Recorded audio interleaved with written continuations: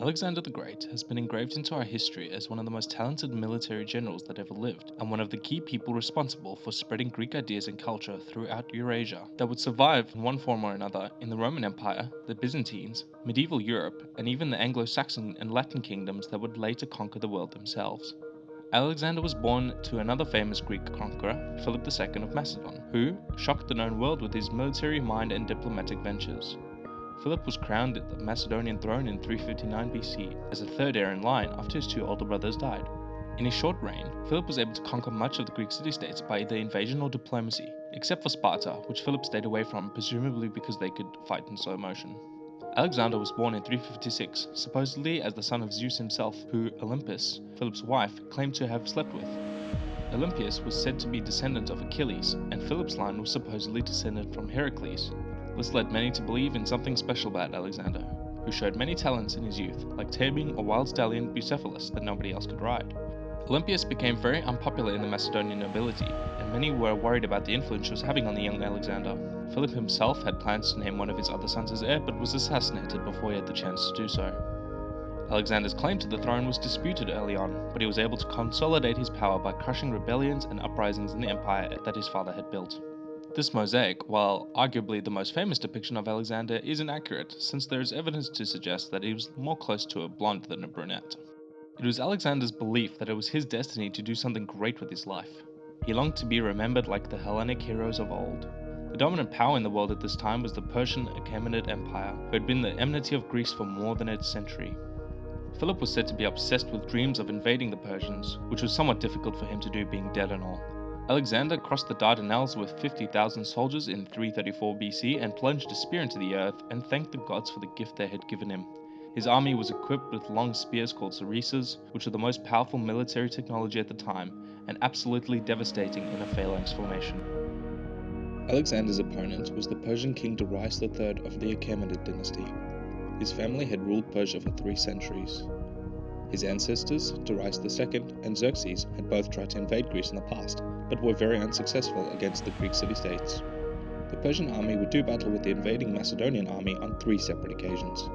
The first was at the river Granicus in Turkey, where Alexander caught the Persian general off guard by ordering an attack immediately without pausing to rest his troops. He arranged his army with foot soldiers in the middle and cavalry on the flanks. Alexander rode in the elite cavalry companions on the south side, which tricked the Persians into arranging all their defences on their south flank. The Macedonian phalanx then broke the Persian line right down the middle. The rest of the army retreated when the front line was breached. The Persians lost almost half their army, while Alexander lost only 400 men. Alexander then moved his forces very swiftly through Anatolia, conquering city after city, capturing their ports so that their navy couldn't deliver reinforcements to the peninsula. He then marched on Gordium, where legend had it that the future king of Asia would be the one to undo an intricate knot binding the ancient king Gordian's ox cart to a post in the Phrygian throne room. Alexander couldn't resist the challenge and sliced the knot apart with his sword.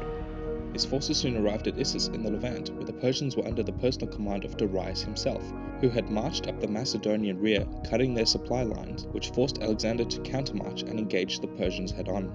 He took command of the infantry centre and arranged his cavalry on the south flank. Alexander and his general Parmenion took command of the cavalry at either side. Parmenion was able to hold a line to the Persian offensive long enough for Alexander to charge into the enemy foot soldiers and cut through them like butter. The battle was over. This depiction is what most remember about Darius, retreating from the battlefield.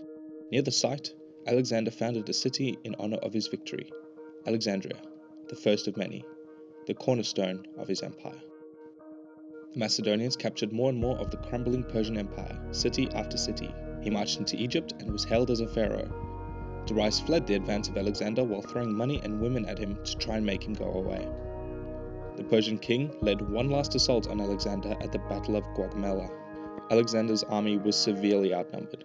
He had roughly 47,000 troops to Darius's 90,000. But the Persian army was of low quality.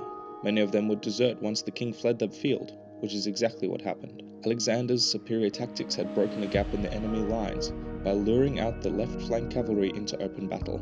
He then led a charge directly into the weak Persian centre, getting so close to Darius' personal guard that some historians say he could see the whites of the Persian king's eyes. Darius fled, and the battle was over. Alexander rode back to alleviate some of the pressure on the left flank, choosing to allow Darius to run without chasing him down. This action would come to haunt Alexander, who would eventually chase the exiled king across his crumbling empire.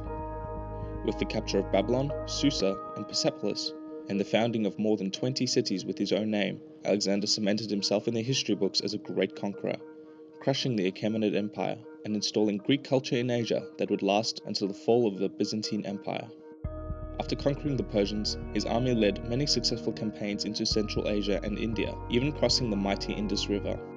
His army, who were tired of fighting, were the only reason Alexander did not push further into the Indian subcontinent. He returned to Babylon. After allowing much of his forces to rest, he planned to invade the Arabian Peninsula, but he died shortly thereafter. Some accounts say of severe flu-like symptoms, and others suggesting poison. His successor generals fought over his land, beginning centuries of Greek rule in Asia. The Hellenic kingdoms were roughly divided into 4 pieces: Ptolemaic Kingdom, Macedonian Kingdom, Pergamon Kingdom, and the Seleucid dynasty, varying in size and strength. Alexander's influence in these regions would last until 31 AD, when Rome conquered the area.